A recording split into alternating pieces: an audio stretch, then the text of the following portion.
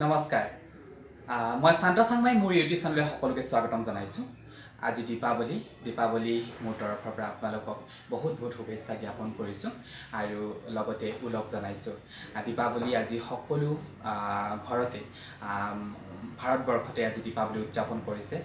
চাকি বন্তিয়ে পোহৰ কৰি তুলিছে, ভগৱানৰ ওচৰত প্ৰাৰ্থনা কৰিছে যে যেনেকৈ দীপাৱলী চাকিৰ বন্তিয়ে যেনেকৈ পোহৰ তোলে, ঠিক তেনেদৰে মানুহৰ মনবিলাক আৰু সকলোৱে যেন পোহৰ হওক তাৰে কামনা কৰিছোঁ, ভগৱানৰ ওচৰত প্ৰাৰ্থনা কৰিছোঁ কুশলে থাকক।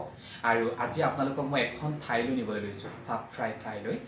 মোৰ তাত জন্মস্থান আৰু চাপফ্ৰাইত কেনেধৰণে দীপাৱলী উদযাপন কৰে তাকে আপোনালোকক দেখাবলৈ গৈছোঁ, বলকচোন। এয়া আমি চাপফ্ৰাইলৈ আহিলোঁ। চাপফ্ৰাই অঞ্চলত কেনেধৰণে দীপাৱলী উদযাপন কৰি আছোঁ মই দেখুৱাইছোঁ। খুব সুন্দৰভাৱে তেওঁলোকে উদযাপন কৰিছে। সকলোৱে চাকি বন্তি নিজৰ নিজৰ দোকানৰ সন্মুখত জ্বলাইছে, তাকে দেখুৱাইছোঁ আপোনালোকক আৰু পৰ্যায়ক্ৰমে আপোনালোকক দেখাই যাম। এয়া দেখুৱাইছোঁ আপোনালোকক আৰু কেনেকুৱা লাগিছে আপোনালোকে জনাব কমেণ্টত। ভাল লাগিছে, বেয়া লাগিছে, কেনেকুৱা ধৰণে উদযাপন কৰিছে, আপোনালোকে কেনেকৈ কৰিছে তাকে মোক জনাব আচলতে। দেখুৱাইছোঁ আপোনালোকক এনেধৰণে চাকি বন্তি সকলোৱে জ্বলাইছে। আচলতে প্ৰত্যেকৰে ভাবিছে যে সকলোৱে কুশলে থাকক তাৰে কামনা কৰিছে। এয়া মই আহিলোঁ, পূজা কেনেধৰণে হয় আপোনালোকক দেখুৱাইছোঁ। মূৰ্তি অনাই নাই, দেৱী অনা নাই, আনিব, আনিবলৈ গৈছে আপোনালোকক দেখুৱাই আছোঁ। দেখুৱাম আপোনালোকে কেনেধৰণে পটকা ফুটাইছে, আচলতে সকলোৱে মনত ফূৰ্তি কৰিছে তাকে দেখুৱাইছোঁ আপোনালোকক।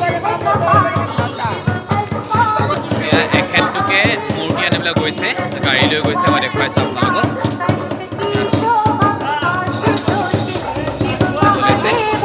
আগৰ শব্দৰে আচলতে মানুহৰ হৃদয়ত খুব সুন্দৰ লাগি যায়, ভাল লাগি যায়। তেওঁলোকে গৈছে, এয়া চাওক খুব সুন্দৰভাৱে তেওঁলোকে ৰংগুলী আঁকিছে। ৰংগুলী আঁকি পিনে খুব সুন্দৰভাৱে চাকি বন্তি খুব সুন্দৰভাৱে তেওঁলোকে জ্বলাইছে, এয়া মই দেখুৱাইছোঁ আপোনালোকক। তাৰপিছত এয়া এজনে খুব সুন্দৰভাৱে তেখেতে পূজা কৰিছে। চাওক ৰাতুল, কেনেকুৱা লাগিছে আজি দীপাৱলী? ভাল লাগিছে। দীপাৱলী শুভেচ্ছা থাকিল তোমালৈ দেই। এয়া দেখুৱাইছোঁ মই আপোনালোকক।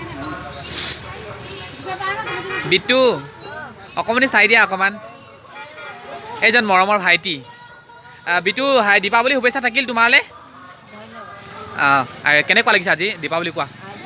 বহুত ভাল লাগিছে। ভাল লাগিছে, সুন্দৰ দিন। সেই দিনটোত মানে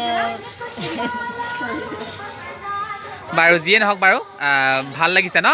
ঠিক আছে দিয়া। এয়া মোৰ ছাৰ, মোৰ শিক্ষাগুৰু, মোৰ টিউশ্যন কৰিছে ইংলিছ ছাৰ হয়, বিকাশ হালোৱা ছাৰ। ছাৰ আজি আপোনাৰ দীপাৱলী আপোনাক শুভেচ্ছা জ্ঞাপন কৰিছোঁ। আজি আপুনি দীপাৱলীৰ বিষয়ে অকণমান আমাক মোৰ দৰ্শক আপোনালোকে অকণমান আভাসটো দি দিয়ে, কেনেদৰে আপোনালোকে উদযাপন কৰে। দীপাৱলী বা দীপান্বিতা বা দেৱালী বুলি কোৱা হয়। এই দীপান্বিতা আমাৰ কাৰ্তিক মাহৰ অমাৱস্যাৰ নিশা উদযাপন কৰা হয়। আৰু এই দীপান্বিতা কিয় উদযাপন কৰা হয় এই বিষয়ে আমাৰ হিন্দু শাস্ত্ৰতো প্ৰায় 3টামান ইয়াৰ আঁৰত কাহিনী আছে। এটা শিখ আৰু এটা জৈন ধৰ্মৰো কাহিনী আছে। তাৰে আমি বিশেষকৈ মই জনাত, মই যিটো জানো সৰুৰে পৰা মই মাৰ মুখতো শুনিছিলোঁ আৰু শাস্ত্ৰতো লিখিছিলোঁ যে দীপাৱলী এই উৎসৱটো বিশেষকৈ আমাৰ ভগৱান ত্ৰেতা যুগত অৱতাৰ ধাৰণ কৰা ৰামচন্দ্ৰ, তেখেত যেতিয়া বনবাসলৈ যাওঁতে তাৰ পৰা ৰাৱণে সীতাক হৰণ কৰি নিছিল, ৰামৰ ভাৰ্যা সীতাক।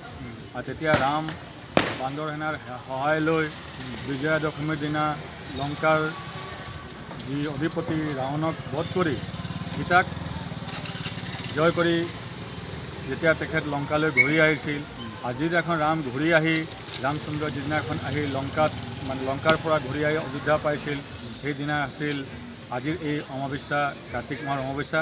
আৰু সেইদিনাখন ৰামক